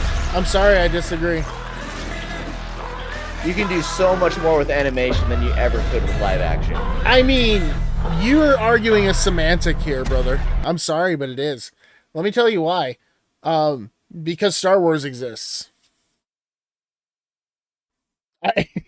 There's no other way to explain it. Because Star Wars exists. Because all these films these days are being done with heavy animation all the time. And as much as I don't like where Marvel has gone, going back to like the first Marvel Avengers movies and shit, with the way the fucking Mjolnir's flying around and thunder's coming down from the sky and all the laser. This movie isn't even coming close to that. So what you're saying is we need to cyberbully this company until they into submission. Yes. I absolutely don't think that this is going to be a bombed fucking trailer. I think it's going to be a bombed ass movie, and I think it's going to be sad because it was such a good idea. The potential here was so high, and they made garbage. They made garbage. Yeah. Why? Why make garbage? You took lemons, threw them in the fucking dirt, and said "fuck lemonade." Why? It's a really good story. That if you'd retold, honestly, if they'd even followed it damn near one for one, the original story, they would have been fine. And then they could even cut out certain bits and just make it. They could make it a slightly more boring version of the storyline, and it still would have been better than this. As long as they cast it correctly. I'm not disagreeing with you. The casting is for the most part dog shit. Well, and on top of that, it's the direction that I see in the trailer, the little bit of direction I was able to find. Claptrap would not be in this car. Claptrap just teleports places because teleport technology exists in this world. Yeah. So Claptrap would not just be in this car. Tiny Tina is a fucking commando. She's a stealth commando. She's a terrorist. Literally. She explodes shit. That's what Tiny Tina does. So for Tiny Tina to be riding along with them, like the only thing they said in this whole trailer that had me kind of like snicker a little bit was when she said, what did I say about explosives? You said keep them to a minimum. I said none. That part was funny because that sounds like Tiny Tina somewhat.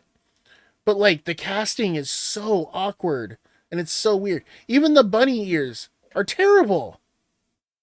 Like all of it just felt, the whole thing feels bad. I don't know. I'm just aggravated, I guess, because it's one of my favorite franchises. It's one of my favorite franchises, and I'm tired.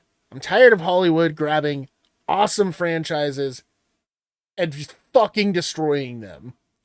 Just full fisting my favorite fucking franchises right in the ass. It's frustrating. You know what we need to do, David? We need to create our own movie production system and just like do all the stories right. Just call it the Done Right Productions. DUN. Done. Wait, why does that work though? Let me hang on. I gotta type this. I gotta write this out. I just gotta get my cat off the done right productions. Wait. Done Right Productions. No. Here's the thing. No, we got to stick to the actual words, but we need something that starts with a U in the middle. Done Undeniably Right Productions. DURP, you could say. DURP, DURP. Derp. Done Undeniably Right Productions. Oh, that'd be so good. Derp. We're gonna open DURP. What company do you guys represent? Derp? We got an initial public offering for Derp. Derp is going to be $50 a share. You know, Derp just falls under the JLock TV brand line, though, if we end up creating it. Oh, man. But yeah, I just think it's frustrating, man. I think it's fucking annoying watching so many of these franchises just get fucking fisted. But I'm just saying, hear me out. We make this popular, we expand this out to the point where we're making revenue, and once we're at that point, we just make fan remakes of every single movie done wrong. Or we just pay the right people to do it right. No, we have to do it as fan productions. We can't profit off of it unless we get permission from the actual creators. I'll get permission from the creators, because the creators are going to be pissed off that it was done wrong. It's not hard. Yeah. It's really not. Here's the thing. It is not as hard as everyone thinks it is to get licensing rights for things. It really isn't. It's actually almost shockingly easy. It's just certain bigger brands like Nintendo will never share. But Gearbox, Gearbox, like, I don't know if you never went to a convention down in Texas with me, did you? No, Gearbox is honestly, there. I need to go to way more conventions than I do because I love conventions. So at Acon, Gearbox was holding a scouting. Yeah. Like, they seriously do. They go and they try to scout natural new talent out of conventions and stuff, because there's a lot of enthusiasts and shit that are very serious about it. So, like, it's not impossible to find the opportunity to become famous in that regard. Like, so on top of that, it's not exactly hard to get a hold of the company because they want to be out there. They want to be part of their fan base. Gearbox has never been anything more than what Gearbox wants to be. They just do their thing and have fun. One of the reasons honestly, I like their brands. What I think would make a great movie is the expansions on Borderlands 3. Both of them would make great solo movies. I think Borderlands, especially the gay wedding one, like that one. I think that would be a great wedding. Movie. The gay wedding was so fun. You're talking about on the Tentacle Land, right? Yes. Yeah, that was fucking great. And you had the one guy here at the lodge, just constantly being spooky. I loved that, dude. That was such a fun expansion. I had fun. And he's like, everything kind of pointed to him being a bad guy, but he's just ended up not ever being a bad guy once. He was just there. He just existed. No, like, I think that was something I really enjoyed with fucking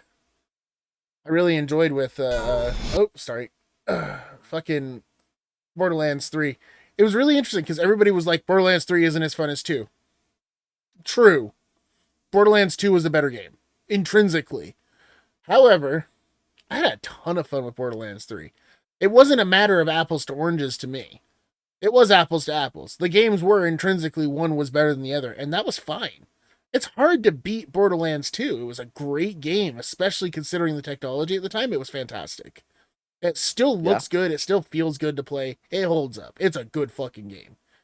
However, Borderlands 3 was still improved physically, and the way it controlled and the way it acted and the way characters worked was more understandable. It was less scientific. I didn't have to look up as much shit to enjoy the game because, like, I don't have the time to lab everything out in my head. But I had a blast. Obviously, after you get to the end of the game and you start farming shit, the content gets a little stale, but they didn't make it seasonal for a reason. They didn't want you to sit there and live endlessly in it because they didn't want you to feel like that you had to come back and play it over and over and over again. Well, yeah, and then once you hit the end, though, like, it felt like there was a definitive end to the game. Yes. And I know they want to bring people back with it, but I think that's one of the things that makes it replayable is that there is enough content to go all the way to the end of the game that it doesn't ever run out too quickly. Yeah. And it's not too long. Yeah. And I know it's like old news at this point, but the Tiny Tina game that came out after Borderlands 3, why? Why did they do it? Did you try that at all? No. So Shadow and Shadow is my Borderlands playing friend I mean, I play a lot of games with him now, but like, that's how we got started with our gaming together was Borderlands 2. But Shadow and I played it, And Tiny Tina's Wonderland might be one of the biggest piles of dog shit I ever played in my entire life. I mean, we could not keep playing. Like, physically, we were both so repulsed by the game.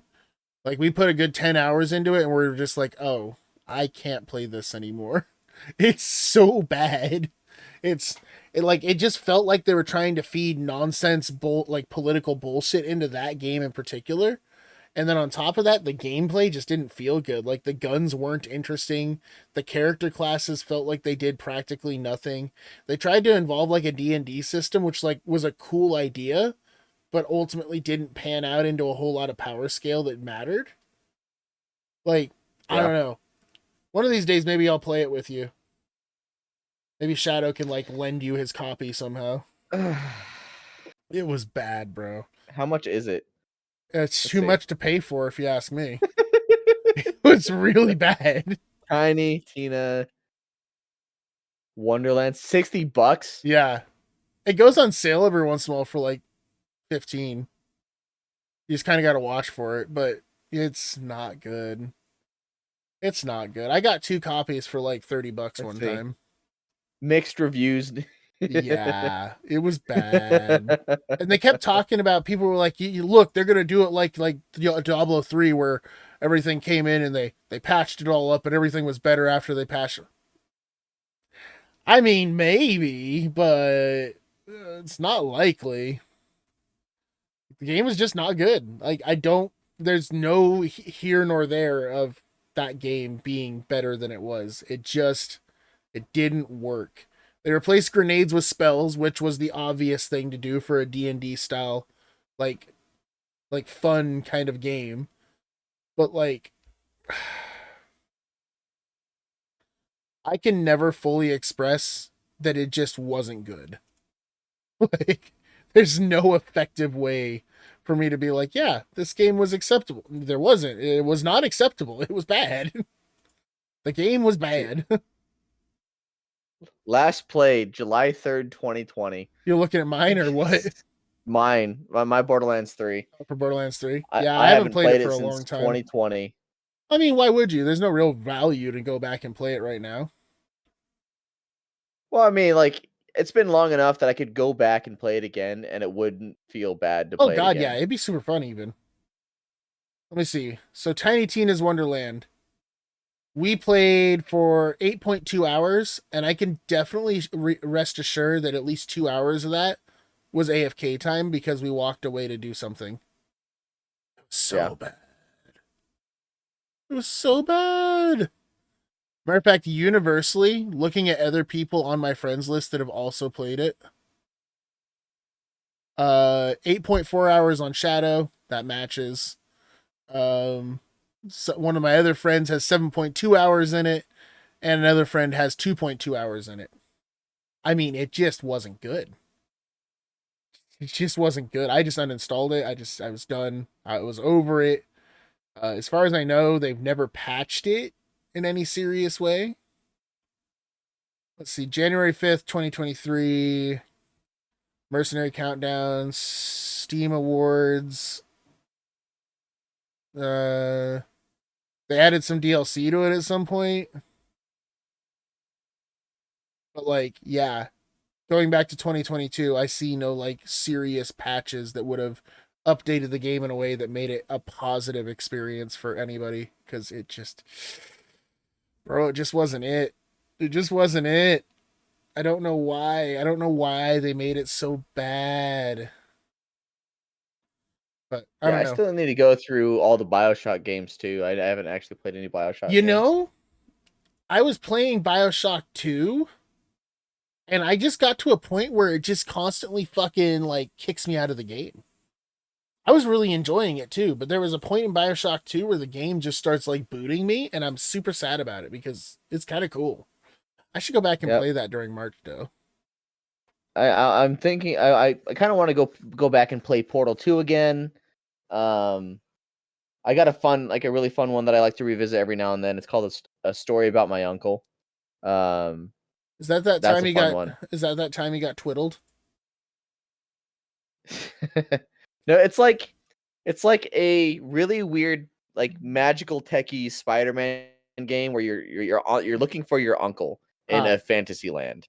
Gotcha. And it's really cool and interesting.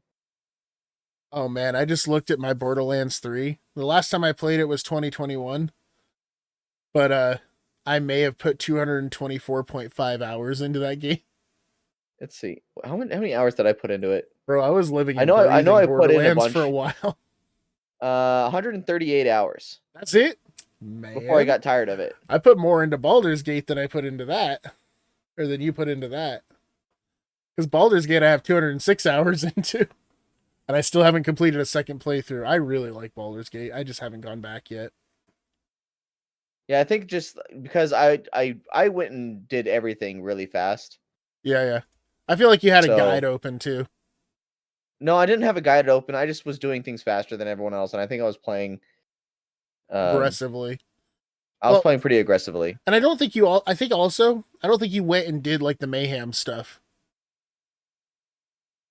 Like I'm not sure. I don't think you did the upper difficulties like I was doing, because all my gear at the time was like super max level. Like my character was fucking doing like something to the close of billions of damage a second. It was crazy high numbers. I remember like getting a really good. It was like off of one of the initial events, and I got an amazing rocket launcher. That I think it was like each missile was doing somewhere like 250,000 damage per missile, and I was shooting nothing. Well, I don't know. I don't know what it was, but yeah, it was shooting 8 at a time, and I could literally point at the ground and just kill anybody that stood in front of me. Oh man, including myself. So you know the bosses. you know the big graveyard boss, right? In the vault.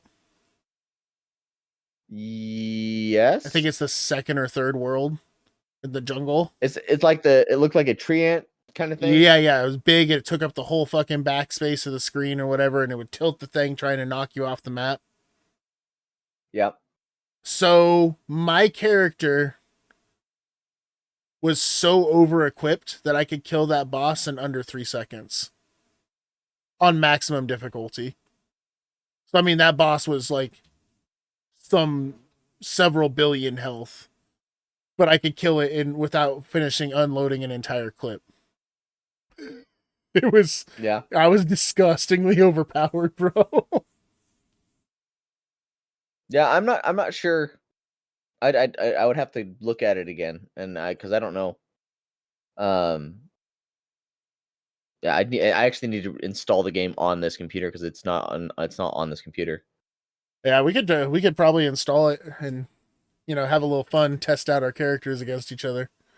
Watch you as you just get absolutely fucking obliterated by Moe's. I would get destroyed. Like I don't, And I think I think we did do a 1v1. And it wasn't even close. Yeah. I mean, I think I said it too, and I think I just did it to humor you. Yeah. I was just having fun with it. God, what was really fun in Borderlands 2 is melee was really, really effective on Zero. There was a whole talent build just to do melee shit with Zero. And it really bugged Shadow, because Shadow would try to like duel with me, and I would just go invisible, then dash at him using the dash ability, and then one shot him with the fucking dagger, and he'd be like, "Son of a bitch, how do you do that every fucking time?"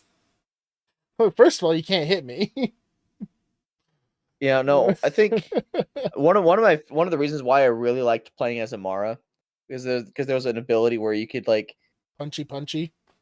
Well, yeah, you could kill someone because it did infinite damage, but then you could also have it so that whatever damage you did to that person, it did a percentage to everyone within a certain radius. Yeah. So you one shot one, you one shot everybody. Yeah. Because what's a percentage of infinity? Like right. Oh God, Borderlands. Why do you got to keep reminding me of old games when there's new games? Like I want to play the new games. David, damn it. Because David, old games are great. That's why I play Heroes of Might and Magic 3. And I'm gonna have plenty of time during March to get through some of this shit. Are you gonna actually pick up Heroes 3 for March? No, I'm gonna play fucking Final Fantasy VII Rebirth. Okay. I told you there's a reason I'm not watching any shit on it right now. There has been a whole demo for the game out for like the last week and a half that I haven't even looked at. I have no interest in seeing any of it. Anyways, guys, I know time is money. I appreciate that you spent yours with us this evening. We went over a lot of weird mental health stuff and whatnot, but otherwise, I think we had a pretty upbeat stream, upbeat cast, if you will. We will, of course, be back next Tuesday again. God forbid that I don't die in the meantime because I've been working crazy hours. But yeah, I appreciate you guys and look forward to seeing you next time. Take it easy.